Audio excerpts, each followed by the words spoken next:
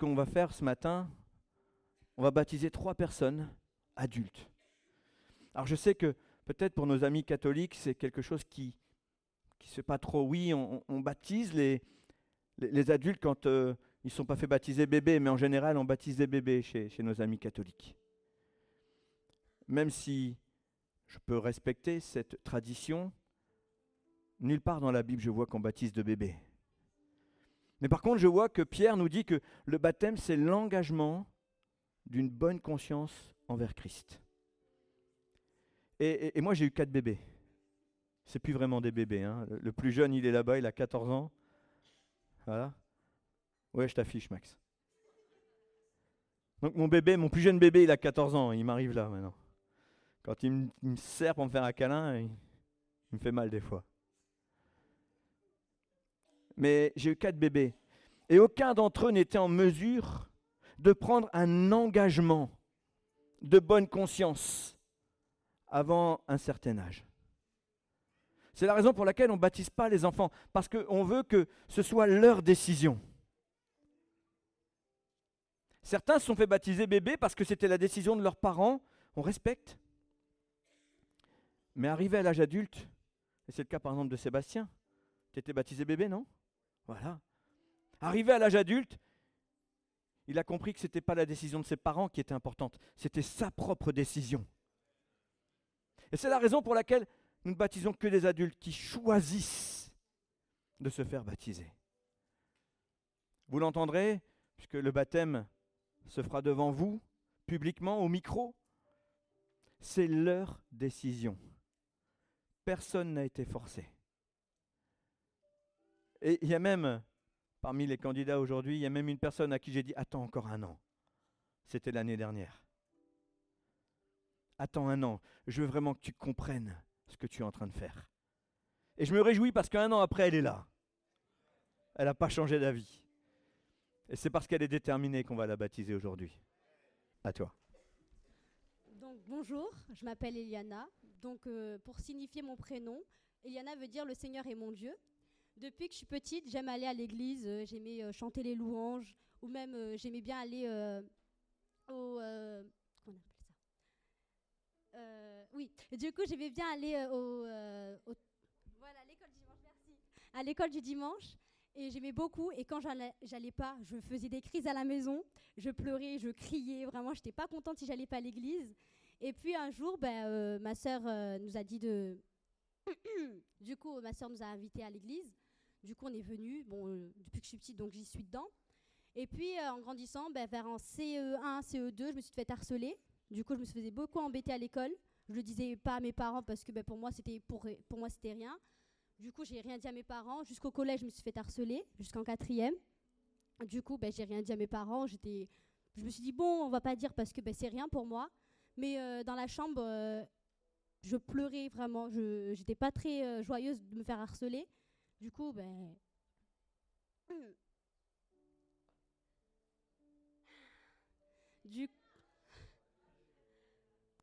du coup, quand j'étais petite, j'ai eu la mort de mon tonton. J'avais 9 ans quand il est parti.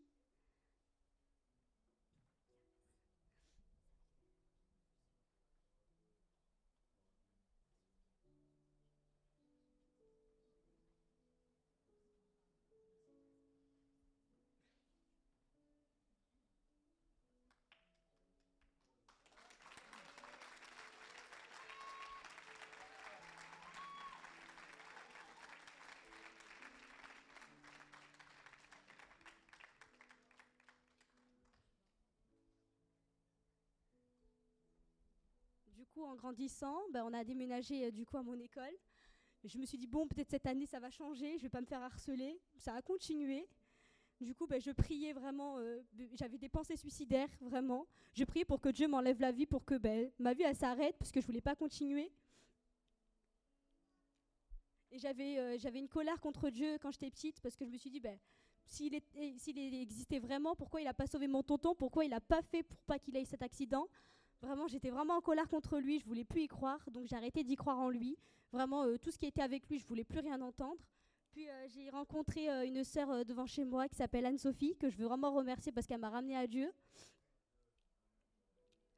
Elle nous a vus, du coup, ma mamie a parlé avec elle et on l'a rencontrée, elle nous emmenait à une église, mais ça me donnait pas trop envie de venir.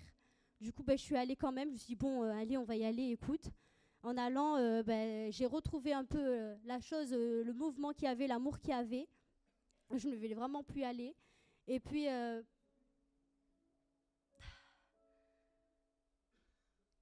j'ai tout fait pour éviter vraiment parce que j'avais un manque d'amour quand j'étais petite. Du coup, j'aimais courir après les garçons, j'aimais aller voir les garçons. Depuis que je suis petite, j'aimais sortir avec les garçons, même si c'était très tôt pour moi, vers 12 ans. Du coup, je suis allée vers les garçons. Et puis, j'avais une déception envers eux parce que tout le temps, soit j'étais plus avec, soit plein d'autres histoires, même si j'étais assez jeune, j'avoue. Mais du coup, j'ai arrêté de courir après les garçons. Je voulais plus d'amour avec les garçons. Et puis, j'ai rencontré des copines de l'école qui m'ont aidé à me relever. J'en parlais aussi parce que je suis revenue à l'église.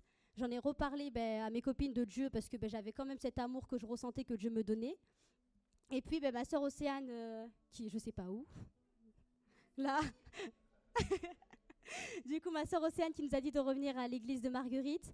Du coup, bon, je me suis dit, j'ai pas trop envie de venir, quoi, depuis tout ce qui est arrivé. Mais bon, j'ai dit, bon, on va y aller. Je suis restée au fond de la salle, j'avais pas envie de parler avec personne. Du coup, JB est venu me voir, il m'a fait « Salut, toi !» Du coup, il m'a aidé beaucoup à revenir vers Dieu. Il m'a vraiment mis sur la bonne voie. C'est pour ça que je veux remercier JB du fond du cœur pour tout ce qu'il a fait pour moi.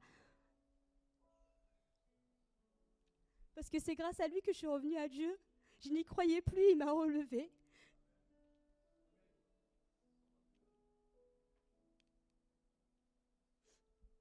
Et puis, je suis revenue à Dieu et je priais, je me demandais, mais je ne sais pas à l'heure d'aujourd'hui où il est mon tonton, mais je pense qu'il doit être fier de moi aujourd'hui et j'espère qu'il est fier de moi.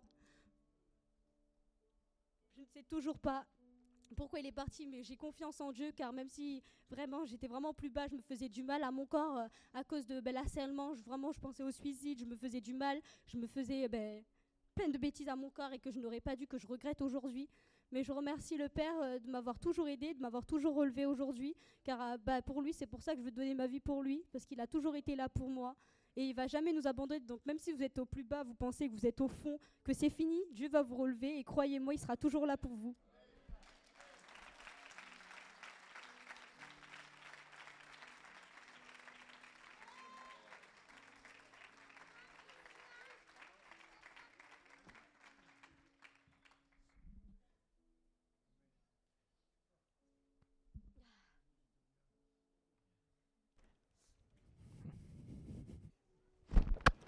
Pardon, je n'ai pas coupé le micro. Vous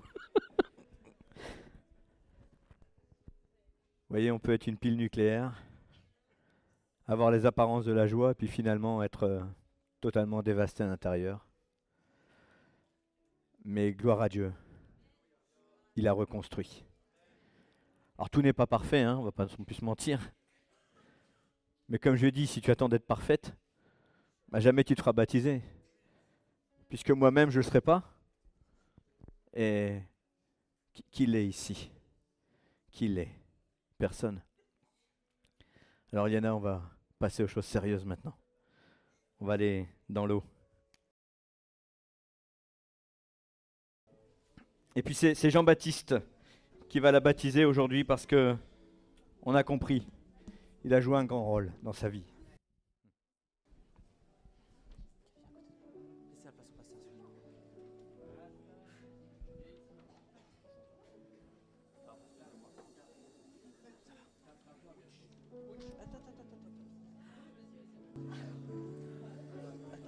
Elle est froide? Non, ça va. Avant de commencer, je dis que tu m'as beaucoup ému à travers. Tu as été une bénédiction pour moi aussi, Eliana, je t'assure. Eliana, on a entendu ton témoignage et on a vu ce que Dieu a fait dans ta vie.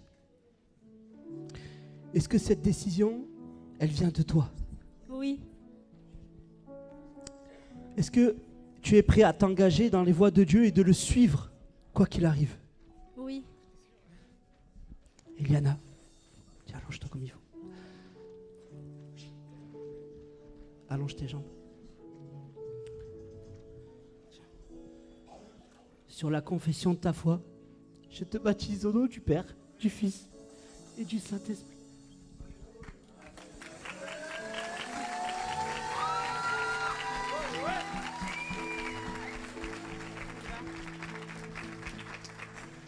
Je te donne mon cœur. Il ne m'appartient plus. C'est que j'ai de meilleur.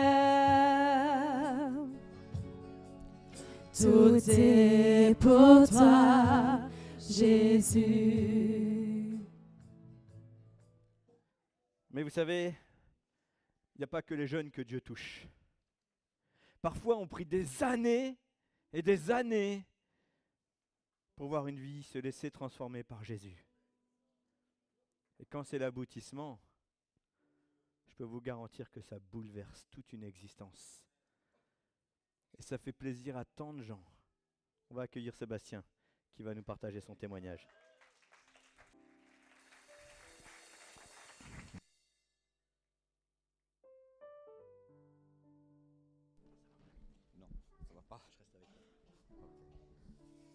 Bonjour à tous, je m'appelle Sébastien et déjà je voulais vous remercier à tous d'être là. J'ai trop d'émotions, je ne sais pas si je vais arriver.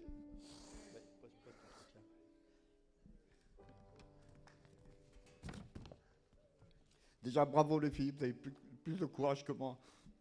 Parce que moi vraiment... Ah je ne sais pas. Mais bon, je vais essayer. Je m'appelle Sébastien et j'ai 57 ans. J'ai 2 enfants que je ne vois pas parce que j'ai eu des solutions dans ma vie et des problèmes avec leur maman. Voilà. Toute ma vie, j'ai cru en Dieu.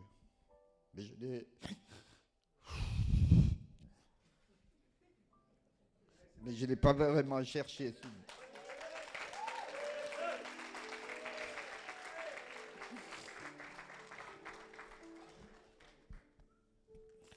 Il y a des gens dans ma famille, c'est des chrétiens. Mais ce qui me concerne, je n'étais pas vraiment... Vous savez, c'était pas vraiment mon truc. Et la religion non plus, c'était pas trop mon truc. Et d'autant que je vivais par le glaive, pour toutes raisons différentes que je ne peux pas expliquer aujourd'hui. Et j'ai toujours vécu tout seul et je me suis débrouillé à vivre comme je pouvais. Même si c'était nécessaire de sortir du clou de la loi,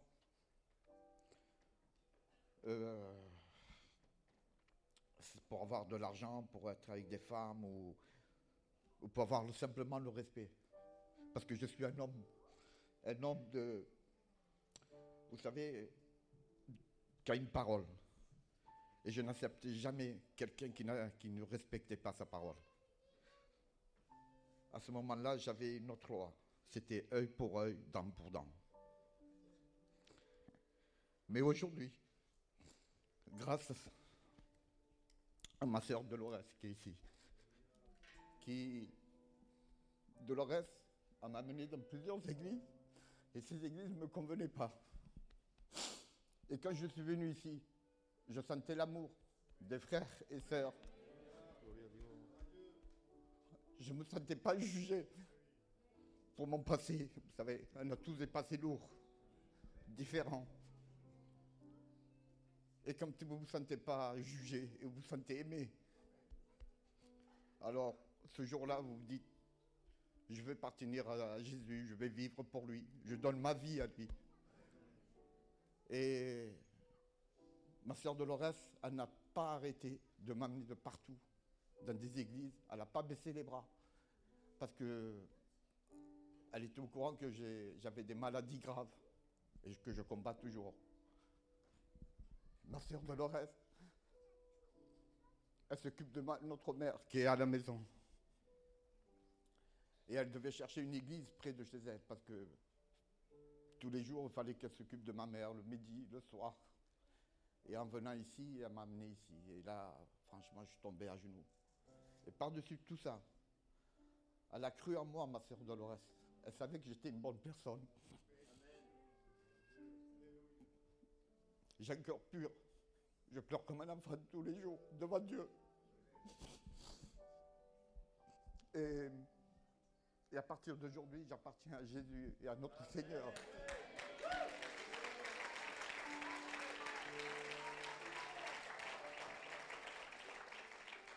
Je voulais remercier 4 personnes ou 5 personnes qu'il y a ici. Il y a Muriel. Muriel, je l'appelle la psychologue. Elle est géniale. Après, il y a... Ah, je ne vois plus rien, excusez-moi. David, le guerrier.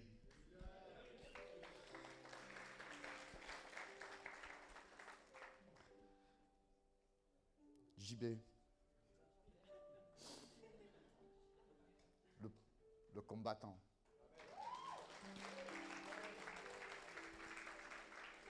Axel. Si vous le connaissez, c'est la lumière de l'église. C'est l'abondance.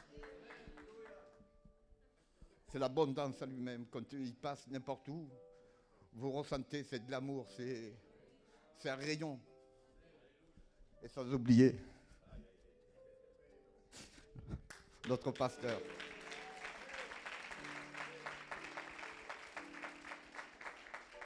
Voilà, j'ai plus rien à dire, mais simplement que ma vie appartient au Seigneur.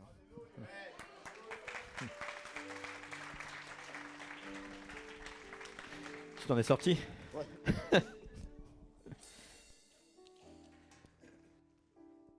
Sébastien, on sait que tu avais plein de choses à dire, mais l'essentiel a été dit.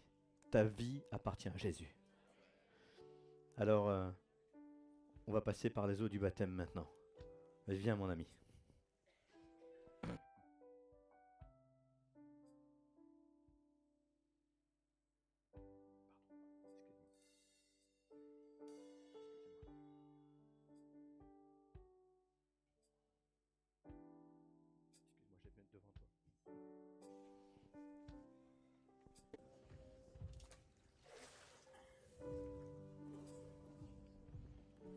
Je peux avoir un micro pour Sébastien, s'il vous plaît?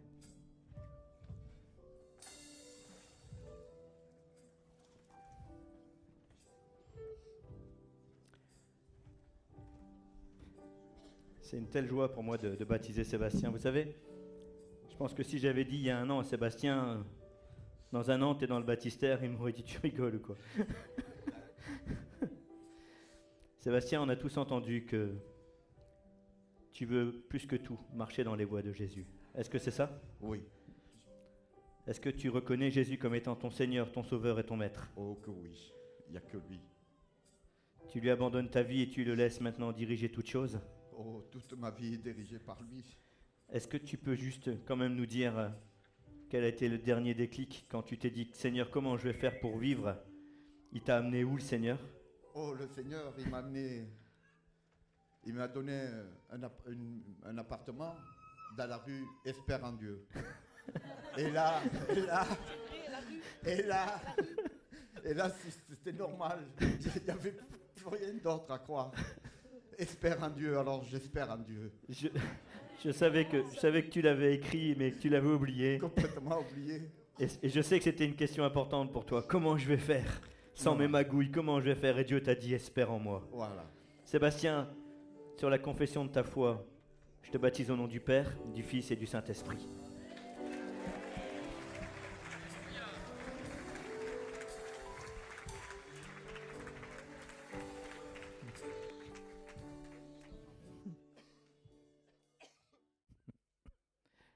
Est-ce que vous êtes dans la joie ce matin? Vous êtes vraiment dans la joie? Alors faites du bruit pour Jésus une dernière fois.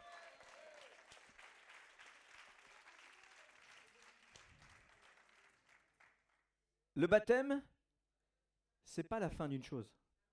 C'est le commencement de la suivante. Et vraiment, je veux encourager les baptisés ce matin à vous dire que ce n'est que le début. Voilà. J'ai beau avoir 15 ans, 16 ans, 57 ans, c'est que le début. C'est que le début. Et ces derniers temps, il se produit quelque chose d'assez particulier dans notre Église. Je pense que vous l'aurez tous remarqué. On est quand même pas mal bousculé en ce moment. On a pas mal de difficultés. Une grippe, un problème par-ci, un problème par-là. Et des grippes qui ne durent pas 2-3 jours, mais 2-3 semaines. Je suis content de voir quelques guerriers de retour. Mais vous étiez où? Rassurez-vous, on a prié pour vous. Et ce qui me réjouit, c'est que les attaques sont dans le domaine physique, matériel, spirituel, moral. Mais nous voyons aussi la main de Dieu qui agit. Et ça, c'est remarquable, parce que je me demande comment font les gens qui n'ont pas Dieu. Comment ils font? Comment c'est possible de vivre sans Dieu aujourd'hui? Et je remarque que notre Église vit quelque chose d'assez particulier, c'est que dans ces moments de difficulté, nous voyons également des miracles s'accomplir. Nous vivons des choses extraordinaires, nous avons des témoignages nouveaux qui arrivent, et ça ne se passe pas toujours comme on voulait. Mais ça se passe toujours. Dieu agit.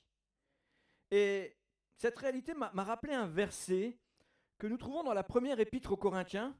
On est dans 1 Corinthiens chapitre 4, et on va regarder juste le verset 20.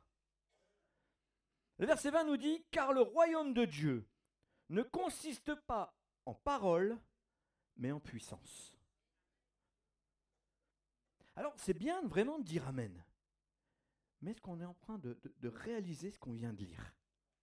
L'apôtre Paul, qui nous interpelle avec ces mots, nous révèle quelque chose de fort.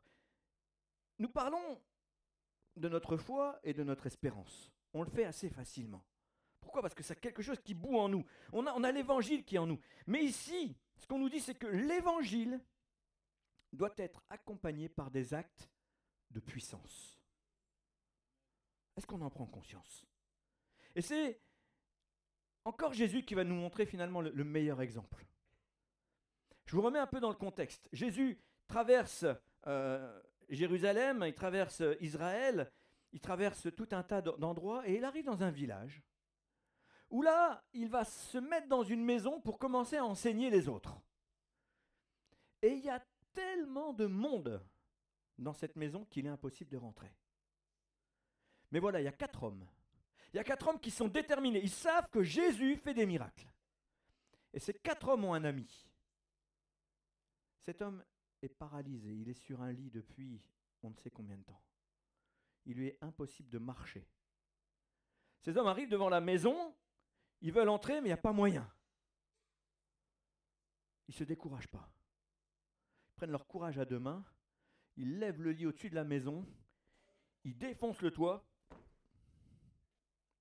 Il ne fallait pas être en dessous. Je pense qu'ils ont plutôt enlevé les trucs un par un, parce que sinon Jésus il en aurait pu prendre la tête. Ils ont enlevé les choses un par un, une par une, et ils ont descendu le lit devant Jésus. Jésus est en train de parler. Imaginez, je suis en train de prêcher, d'un seul coup, il y a un lit qui descend comme ça.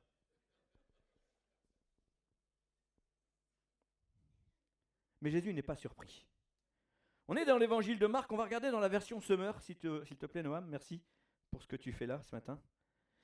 Dans l'évangile de Marc au chapitre 2, on va regarder à partir du verset 5.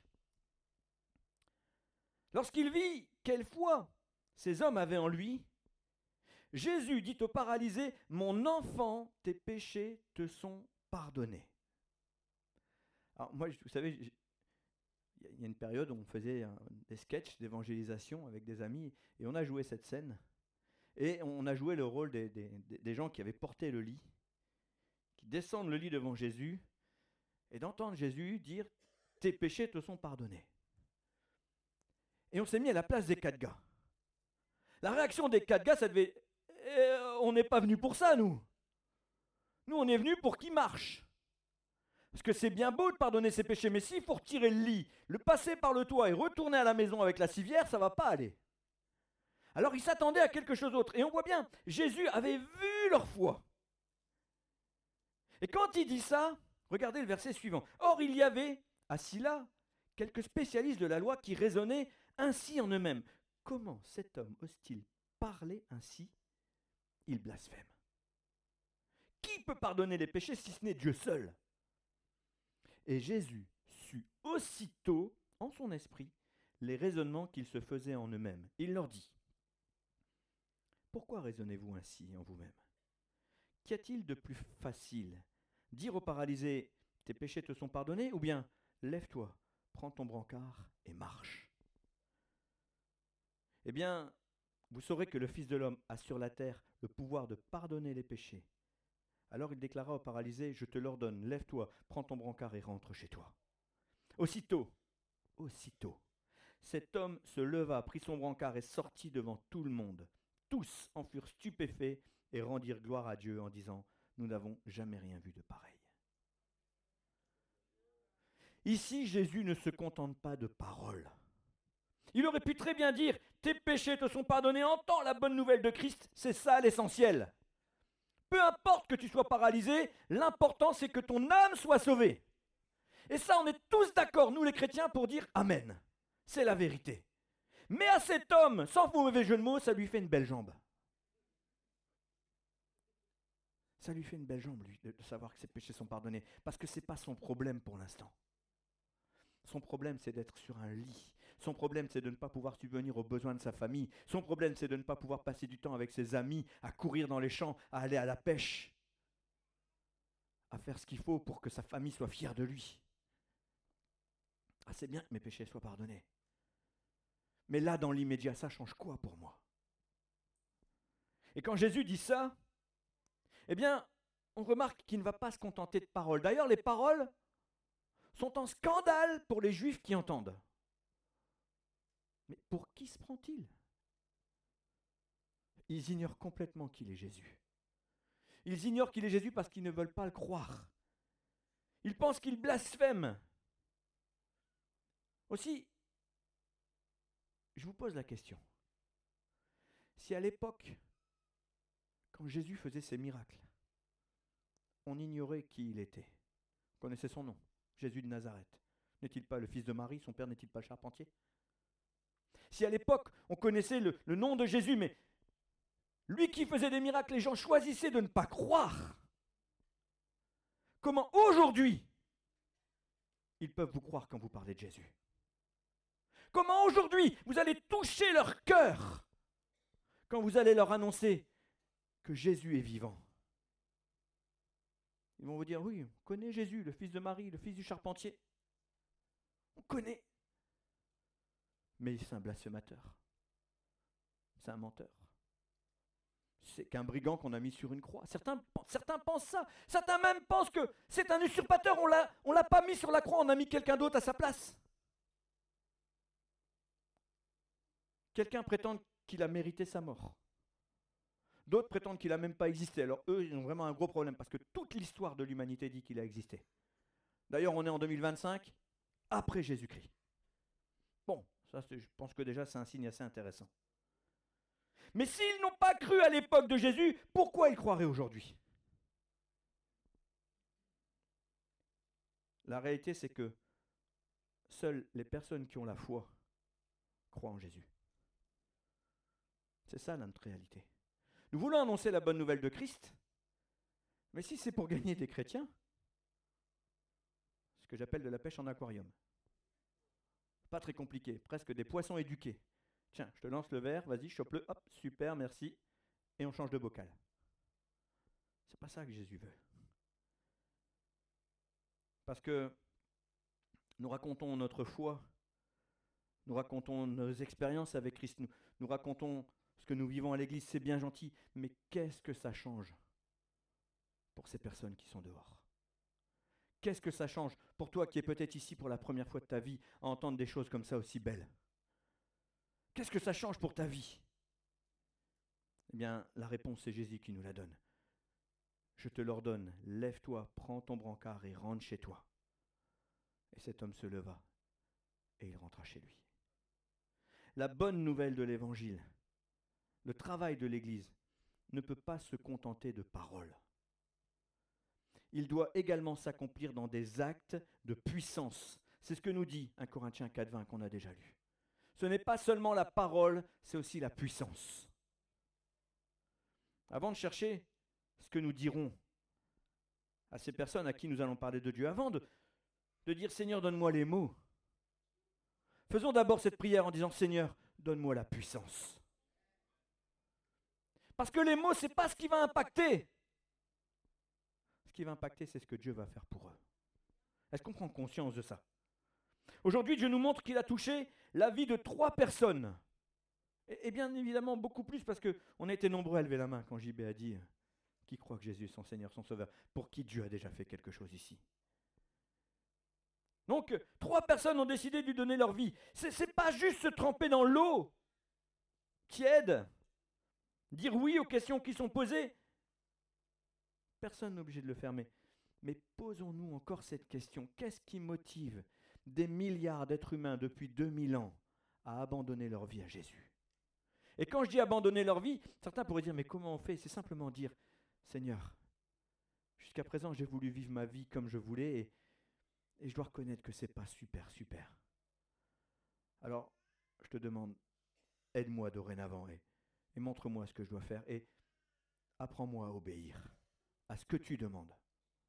Pas à ce que le pasteur va demander, pas à ce que l'Église va demander, mais à ce que Dieu demande. C'est ça, ce qui se passe dans la vie de milliards d'individus depuis 2000 ans. Et c'est un choix personnel. Je suis marié, j'ai 4 enfants. Je ne peux pas décider ni pour mon fils aîné, ni pour ses 2 sœurs, ni pour mon dernier. J'ai la foi, mais je ne peux pas décider pour mon épouse. Parce que je ne rendrai pas de compte pour eux, mais j'aurai des comptes à rendre pour moi. Et ça, c'est ma certitude. Et l'action de Dieu au quotidien dans nos vies à tous vient justifier que depuis 2000 ans, des milliards d'individus lui font confiance. Mais vous savez, c'est facile de parler d'un Dieu qui fait des miracles. Mais est-ce qu'il en fait encore aujourd'hui? Pour vous convaincre, je vais appeler Alexandra. Et elle va nous raconter son histoire. Quelque chose qu'elle a vécu cette semaine. C'était pas il y a 10 ans. C'était cette semaine. Tout d'abord, bonjour à ceux que je n'ai pas vus. Bon, j'ai fait un petit texte que Fred a vu. Pour ceux qui ne me connaissent pas encore, je m'appelle Alexandra, j'ai 41 ans. Mon parcours de santé est éprouvant depuis ces 20 dernières années. À chaque fois qu'il y a un souci de santé qui part, il y a un autre qui revient. Donc maladie de Crohn, multiples opérations intestinales, cancer des os, problèmes rénaux et plein d'autres choses. Et des épreuves dans ma vie. Chaque fois que je pensais être sortie d'une épreuve, une autre surgissait. Mais il y a bientôt 5 ans, j'ai pris une décision qui a tout changé. J'ai donné ma vie à Christ. Malgré les tempêtes, je marche avec foi et espérance. Aujourd'hui, je vais vous témoigner ce que Dieu a fait pour moi durant la semaine passée. Mon témoignage de guérison, Jésus est fidèle. Notre Église est au courant des problèmes de santé que je traverse depuis des années. Et depuis des mois, nous prions ensemble sans cesse pour ma guérison. Il y a 10 jours, quand j'ai dû être hospitalisée en urgence et qu'une sœur était là aussi pour m'amener, je la remercie. Merci Nadia d'avoir été là pour moi. Nous ne comprenions pas pourquoi la situation semblait s'aggraver malgré toutes les prières. Même Fred me disait, on ne comprend pas, on est triste pour ce qui t'arrive. Mais Dieu avait son plan. Et aujourd'hui, je peux témoigner de sa fidélité et de son amour infini. Après une semaine éprouvante à l'hôpital, parce qu'il y a eu vraiment des moments difficiles, je suis allée 2 fois au bloc opératoire en 6 jours. Des douleurs intenses, les médecins m'ont annoncé une nouvelle très difficile. Que malgré l'opération, il y a 1 an et demi et 15 jours de réa et un mois d'hospitalisation, mon intestin, la maladie était revenue et il s'était refermé de nouveau et j'étais en occlusion. Donc un risque pour ma santé de nouveau. Du coup, ils ont décidé, ils m'ont dit, cette fois-ci, on va devoir encore t'opérer et cette fois-ci, malheureusement, tu vas avoir une poche à vie, une stomie. Et j'ai refusé. J'ai dit au médecin, je suis désolée, mais je vais encore refuser comme il y a 1 an et demi. Et c'est stop. Je dis non. Il me dit, je comprends. Et je suis tombée sur un médecin très humain Et je remercie le Seigneur parce que c'était même pas le gastro-entérologue qui me suivait. Donc, il a décidé le samedi de me mettre un PICC line. C'est une sorte de tuyau qu'on met jusqu'à la veine cave, qu'on passe par le bras. Donc, j'étais attendue en urgence le samedi au bloc, en anesthésie locale. Et l'ennemi était là pour me faire du mal, puisque au lieu que ça se passe en 20 minutes, 1h30 après, ils n'arrivaient toujours pas. J'ai vécu un moment atroce. Psychologiquement, ça a été très difficile pour moi. Et à un moment, je me suis mis à prier. Je voyais ma tension descendre à 7 et j'ai dit, Seigneur, aide-moi, fais quelque chose pour moi. Et j'ai entendu un stop. Et à voix haute, j'ai dit, je leur ai dit, je ne mérite pas ça, stop. Et le monsieur, l'anesthésiste qui était là et toute l'équipe qui était là, ils ont dit, effectivement, vous ne méritez pas ça, on arrête tout. De toute façon, on n'y arrive pas à vous le passer correctement, donc on arrête, on vous a fait trop de mal. Ils ont décidé donc de me mettre une voix centrale. Et Dieu merci, ça s'est bien passé en 5 minutes, même si c'est des épreuves. Entourée de mes frères et sœurs en Christ, Chantal a décidé, même le dimanche, de venir dans ma chambre, qu'on fasse le culte qu'il y avait sur la 2. Il y a Romain qui était là, mon mari. Et dimanche, du coup, il y a Chantal, Katia et Romain qui étaient là l'après-midi. Et on a commencé à prier dans la chambre. Vraiment, et on a proclamé, et on a refusé l'ennemi, et on proclamait vraiment la guérison. Et quand ils sont partis, j'ai allumé la télé. Et là, je laissais un message vocal à Jean-François. Et je lui disais que j'avais aucun doute, que je savais que mon intestin, ça allait aller, que même s'il pensait passer en coloscopie et dilater l'intestin, que mon intestin allait revenir normal et plus être serré. Et quand j'allume la télé, je lui dis ça. Je vois un jeu gonflable, vous savez, les jeux où les enfants ils sautent, et le rond, le cercle, en fait. Et pour moi, mon intestin, je le voyais de nouveau bien, en fait. J'ai vraiment eu ce truc. Et quand j'ai changé de chaîne après, il y avait un monsieur qui avait une veste, et la seule chose que j'ai vue sur sa veste, c'est le chiffre 7. Et symbole de perfection et d'accomplissement divin, à cet instant, j'ai su que Jésus avait déjà opéré ma guérison. Donc même le soir, il est venu, le médecin m'a dit, demain, on refait le PICC line dans l'autre bras. Et la nuit, le Seigneur, il m'a dit non. Et le matin, j'ai dit à Romain, je refuse. Ils ne vont pas encore me faire du mal. Je refuse.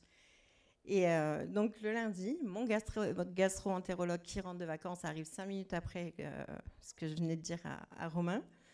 Il me dit, hors de question, j'annule le PICC line, ils vous ont fait trop souffrir, on refuse cela. J'étais tellement contente parce que des fois, les médecins, voilà. Mais c'est important de refuser.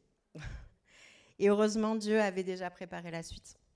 Lundi matin, donc mon gastro m'a dit ceci, et il m'a dit, votre taux infectieux est en train de descendre grâce aux médicaments. Et on va pouvoir mercredi, j'ai une place au bloc, vous opérer et de dilater en fait en coloscopie, endioscopie pour que l'intestin puisse revenir normalement en fait avec un ballon d'air. J'ai dit ok. Et donc mardi, mon pasteur Fred est venu me rendre visite avec son épouse en surprise, et ça m'a fait du bien parce que j'avais un moment de faiblesse. J'avais dit à ma sœur Katia de venir, elle était là. Et ils étaient même surpris de se voir. Et pendant notre moment de prière, j'ai ressenti une conviction, je les ai regardés et j'ai dit, je sais que ce qui va se passer demain. Pendant l'examen, mon gastro-entérologue va y aller en caméra et il ne verra plus rien. Il n'y aura plus de sténose, il n'y aura plus l'intestin, et Dieu aura déjà agi. Et Jésus m'aura guéri. Et cette certitude, je l'avais vraiment au fond de mon cœur, et je savais que ça venait de Dieu, et je refusais toute chose de l'ennemi. Et c'est exactement ce qui s'est produit. Le lendemain, je suis passée au bloc opératoire à 11h, sous anesthésie générale. En salle de réveil, l'ennemi a essayé de m'embêter avec une infirmière, mais bon, c'est pas grave. Mais il y a une infirmière qui est arrivée, qui m'a caressé le visage et qui m'a dit il s'est passé quelque chose. Et là, je ne savais pas encore. Et Romain est descendu et a vu mon médecin. Et le médecin lui a dit, on y a été, il n'y avait plus de sténose. Ce qu'on voyait à l'IRM, au scanner, il n'y avait plus rien. Et du coup, mon intestin était redevenu normal, sans aucune intervention nécessaire. Et même aux imageries, quand on regarde les coloscopies d'aujourd'hui, on a l'impression qu'il a été remis à neuf, qu'il a été restauré. Et le médecin m'a dit, voilà, je suis arrivée à votre intestin, il n'y avait plus de blocage. J'ai pas pu faire de dilatation. Il était comme neuf. Même les spécialistes qui avaient confirmé la sténose sur le scanner n'ont pas su expliquer ce revirement. Ils ont cherché plein de choses, voilà. Mais moi, je sais ce qui s'est passé. Jésus a encore agi dans ma vie. C'est mon 3e miracle de guérison. Et c'est pas le premier. Je lui rends toute la gloire. Je veux remercier ma nouvelle famille spirituelle. Voilà, il y a eu des divisions dans ma famille et j'ai vu ce que c'était une vraie famille. Et je ne vais pas citer tout le monde, mais je tiens vraiment à vous remercier de votre amour, de vos prières qui m'ont donné de la force et tenir bon parce que c'est pas évident. Surtout que c'était les vacances scolaires et mon fils, à chaque fois, soit le jour de son anniversaire, je suis opérée ou pendant les vacances scolaires. Et aujourd'hui, je suis plus jamais que convaincue que Dieu guérit encore et qu'il y a un plan parfait pour chacun de nous. N'oubliez jamais, vous n'êtes jamais seul. Jésus est toujours là, même dans la tempête. Et nous, en tant qu'Église, nous devons nous entourer, nous soutenir et nous aider dans chaque épreuve. Je crois profondément que Jésus est notre guérisseur. Même si les symptômes sont présents, je sais que la vérité spirituelle est plus grande que la réalité physique. Dieu ne nous a pas créés pour vivre dans la souffrance. Il veut nous voir debout, forts et remplis de paix. Si aujourd'hui vous souffrez, si vous êtes découragé, sachez que vous n'êtes pas seul. Tournez-vous vers Jésus. Proclamez votre guérison. Ne laissez pas l'ennemi vous faire croire que la maladie est une fatalité. Moi, j'ai cru ça pendant plus de 20 ans. La foi déplace les montagnes. Et même au cœur de l'épreuve, Dieu est fidèle et puissant. Je continue mon chemin avec cette certitude. Mon corps peut être affaibli, mais mon esprit est fort. Que toute la gloire revienne à Dieu. Soyez abondamment bénis. Vous voyez, c'était un miracle cette semaine à Nîmes. Pas spécialement aller en Afrique pour vivre des miracles. Romain, tu vois ça de près, toi, hein? Est-ce qu'on peut encore applaudir Alexandra? Parce que c'est courageux, vous savez, de parler de ces choses. Et elle vit d'autres belles choses encore, et Dieu n'en a pas fini. La vie avec Dieu, on ne rejette certainement pas la médecine, hein, mais entendez bien que les médecins soignent, ils font de leur mieux, et on bénit Dieu pour ces hommes, mais c'est Dieu qui guérit. Il y a des infirmières ici, je ne sais pas s'il y a des médecins ici, mais est-ce qu'un intestin occlus, est-ce qu'il souffre comme ça? Est-ce que c'est possible? Non, en général, non, hein, on est d'accord. Hein? Bon, donc moi j'appelle ça un miracle. Vous savez, moi-même, j'ai vu la main de Dieu cette semaine. Suite à vos prières, j'ai pu constater la main de Dieu. Si vous n'aviez pas prié, je n'aurais pas pu être là ce matin. Je ne serais pas mort, hein, mais je serais sans doute avec un rein en moins.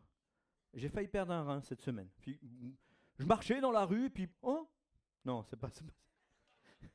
J'ai eu une vive douleur. Alors, je fais des calculs rénaux et j'ai eu une douleur comme rarement. Le calcul bloquait la sortie du rein. Et donc, le rein était occlus aussi. Et donc, les douleurs étaient vraiment vives. Et vous savez, on prend 2 sortes de médicaments contre la douleur. On peut prendre un Doliprane, qui sont très efficaces en ce qui me concerne pour mes douleurs rénales. Et quand la douleur revient vite, dans les 3 à 4 heures, on peut prendre, après 4 heures, on peut prendre un ibuprofène, un anti-inflammatoire. Et moi, j'alternais quand c'était vraiment très douloureux. Mais là, jeudi matin, j'ai pris un ibuprofène et j'ai morflé, vraiment morflé. Et puis après, j'en ai plus pris, j'ai pris du Doliprane. Si j'en avais pris un deuxième, j'aurais plus de rein aujourd'hui.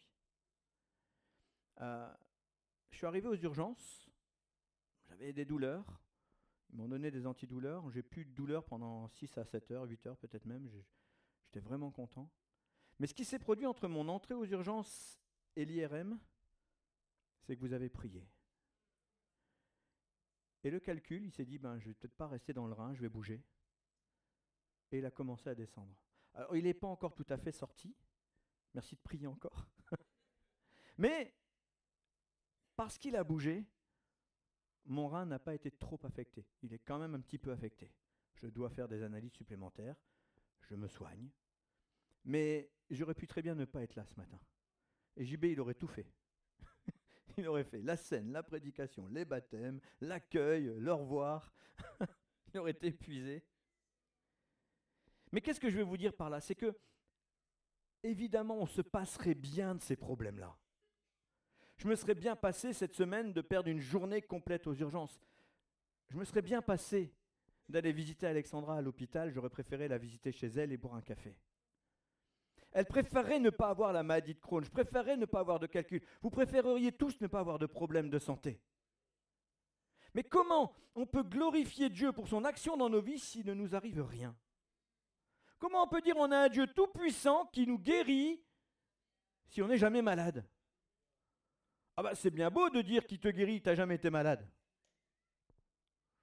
Vous savez, c'est un truc que j'ai remarqué, c'est que les gens qui n'ont jamais été malades ne peuvent pas comprendre ce que c'est la douleur.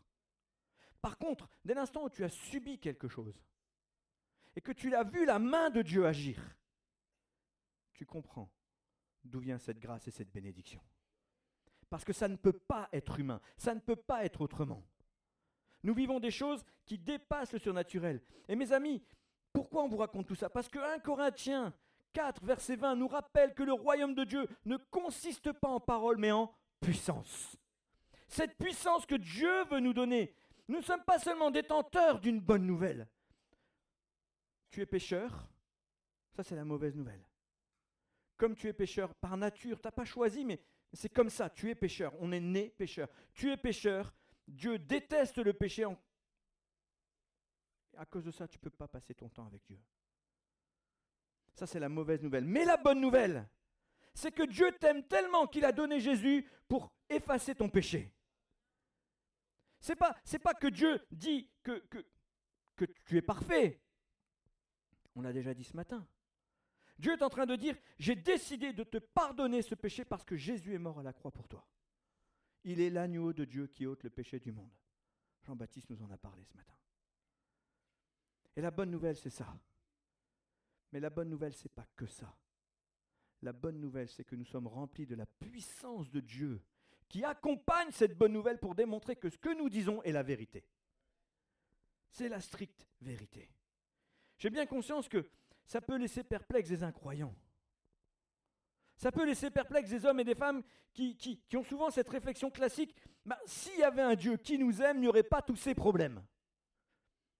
Alors en quelques minutes, je vais essayer de répondre à, excusez-moi, mais à cette bêtise, à cette absurdité. S'il y avait un Dieu qui nous aime, autrement dit, il n'y a pas de Dieu. C'est ce qu'ils sont en train de me dire.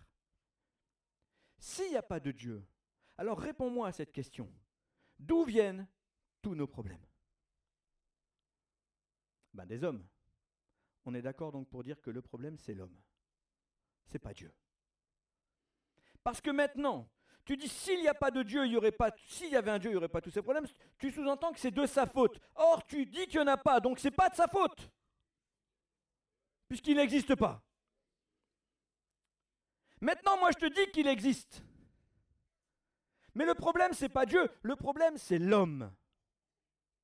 Parce que l'homme ne cherche pas Dieu. Tu vas me dire, c'est trop facile de retourner les choses comme ça, Fred. Si Dieu existait vraiment, il ne laisserait pas faire. Encore une fois, je t'interroge ce matin.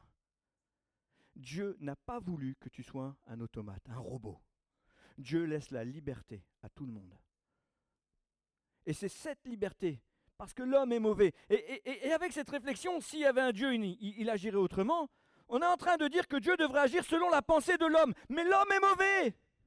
Donc ce que Dieu ferait serait mauvais. Et gloire à Dieu, il n'agit pas selon la pensée de l'homme. il agit selon son cœur de père, qui dit, moi j'ai fait des hommes et des femmes, j'ai fait des gens que j'appelle mes enfants, mais je leur laisse la liberté. C'est à vous de choisir ce que vous allez faire de cette liberté. Et voici, j'en prends un témoin, le ciel et la terre, Deutéronome 30:19, et je me place devant toi. La bénédiction et la malédiction, la vie et la mort. Choisis la vie, choisis la bénédiction. Tu ne peux pas faire autrement. Et les hommes et les femmes qui prétendent qu'il n'y a pas de Dieu parce qu'ils ont choisi la malédiction, c'est leur choix. Ce n'est pas autre chose. C'est leur choix. Parce que Dieu te laisse le choix. Peut-être tu dis, mais j'ai jamais entendu ça, moi on m'a jamais laissé le choix. Ce matin, Dieu te laisse le choix. Tu viens de l'entendre. Dorénavant, tu as le choix. Tu sais ce qu'il te reste à faire. S'il y a un problème dans l'humanité, ce n'est pas Dieu, c'est l'homme. C'est le cœur de l'homme qui est mauvais. Et je n'ai pas la prétention d'être meilleur. N'allez pas imaginer ça un seul instant. Si vous n'étiez pas libre, si vous n'aviez pas cette liberté de choisir, vous diriez de toute manière, on ne peut jamais choisir. Le problème, c'est toujours l'homme. Son cœur est mauvais. Même l'homme le plus gentil, son cœur est mauvais. Parce que forcément, il voit d'abord son intérêt, il cherche d'abord sa propre solution. Comment peut-on vivre dans un monde sans Dieu? Quel espoir reste-t-il à l'humanité pour un monde sans Dieu? Qu'est-ce que ces gens attendent de la vie? C'est quoi la vie pour eux? C'est attendre la mort? Waouh! Quelle tristesse! Moi, j'attends pas la mort. Moi, j'attends la vie éternelle. Ça, c'est la promesse de Dieu. Alors, je m'adresse ce matin à tous les chrétiens. L'annonce de l'Évangile, la bonne nouvelle de Christ, doit s'accompagner de la puissance de Dieu. Ne vous posez pas la question de savoir comment les gens vont accepter Christ. Posez-vous la question de savoir ce que Christ peut faire pour eux. Et demandez-leur. Dites-leur comment Dieu peut se glorifier dans ta vie. Notre devoir, ce n'est pas de convaincre qui que ce soit. Ça, ce n'est pas notre travail. Notre travail, c'est d'annoncer la bonne nouvelle et regardez ce que nous dit Acte 1, verset 8. Verset qu'on aime beaucoup, que vous connaissez par cœur. Mais regardez ce que nous dit Acte, verset 8. Vous recevrez une puissance. Waouh! Le Saint-Esprit survenant sur vous. Et vous serez mes... à Jérusalem, dans la Judée, dans la Samarie, jusqu'aux extrémités de la terre. On ne nous demande pas de convaincre. On nous demande de témoigner. Dieu nous envoie avec une puissance, de manière à ce que notre témoignage soit reconnu comme vrai. Voici les signes qui accompagneront ceux qui auront cru. En mon nom, ils imposeront les mains aux malades, et les malades seront guéris. Ils chasseront les démons. S'ils boivent quelques breuvages mortels, ils ne leur feront aucun mal. Qu'est-ce qui peut nous arriver? Alors, je pourrais faire un appel ce matin, en vous disant qui veut cette puissance. Et vous seriez hypocrite de ne pas lever la main. C'est la raison pour laquelle je ne vais pas faire d'appel ce matin. Vous voulez la puissance? Ah, je pensais qu'il y en aurait plus. Hein. Est-ce que vous voulez la puissance? Que ça vienne de votre cœur, pas seulement d'un oui, amen, ou d'accord. Est-ce que vous voulez la puissance? Alors allez la chercher. C'est à vous d'aller la chercher.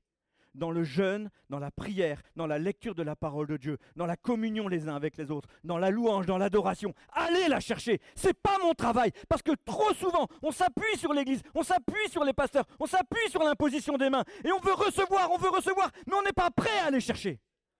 Ce qui ne te coûte rien ne vaut rien.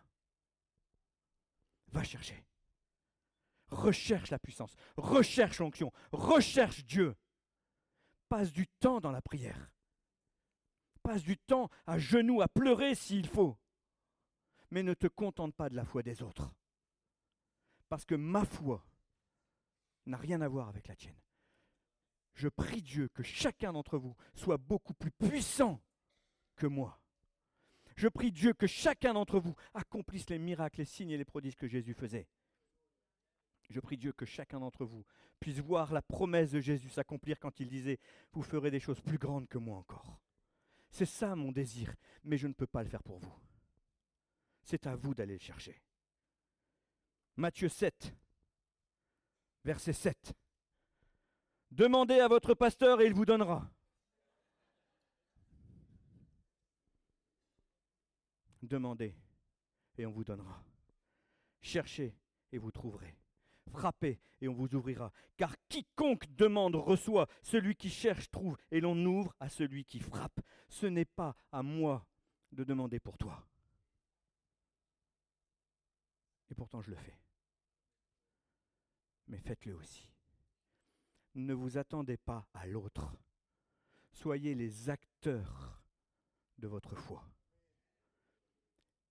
Et JB me dit ce matin, est-ce qu'on va faire un appel? Je ne ferai pas d'appel. Je veux que vous alliez chercher les choses. Je veux vous encourager à vous bousculer, à vous dire, moi j'en ai assez de cette vie. Je veux plus, parce qu'on me parle d'un Dieu puissant. On ne me parle pas d'un Dieu de la religion. J'en ai rien à faire de la religion. Vous savez à quel point je n'aime pas la religion. Moi, la religion, c'est pas pour moi. Moi, ce que je vis, c'est ma relation avec Dieu. Et je veux vous encourager.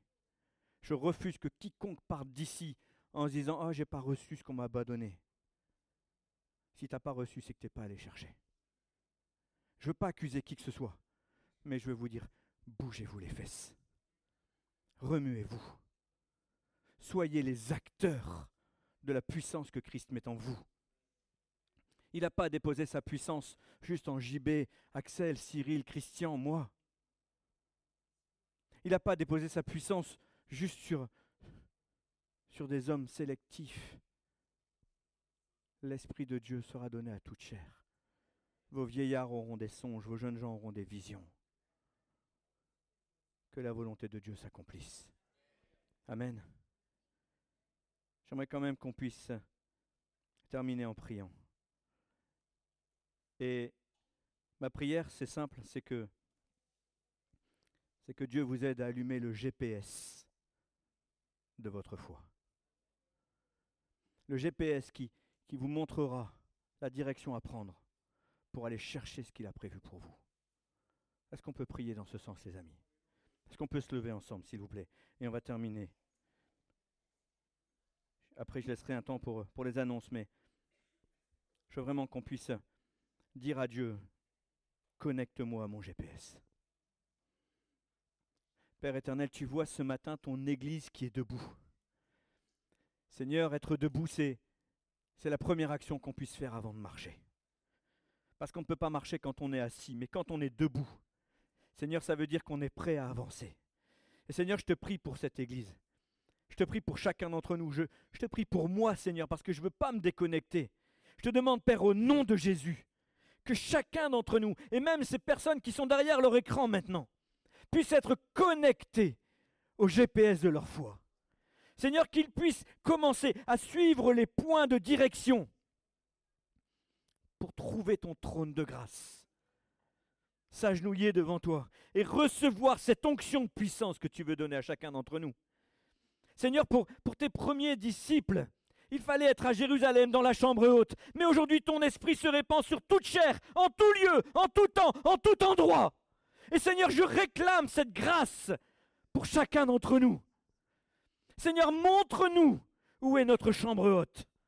À chacun d'entre nous, montre-nous où est ce lieu où nous allons recevoir cette puissance pour ensuite annoncer la bonne nouvelle de Christ avec les signes, les miracles et les prodiges. Je refuse, Seigneur, que nous continuions de marcher juste comme des robots. Métro, boulot, dodo, église. Seigneur, je refuse ça dans la vie de tes enfants. Je réclame que leur vie avec toi soit une vie connectée à Dieu, une vie qui porte du fruit, une vie qui a du sens, une vie qui s'éloigne de toute tradition, mais qui vive selon ta condition à toi. Père éternel, étends ta main sur ton Église. Dieu de grâce, allume les GPS éteints. Père éternel, fais grâce encore ce matin. Et montre-nous comment marcher pour que ton nom soit glorifié dans notre vie. Je te le demande au nom de Jésus.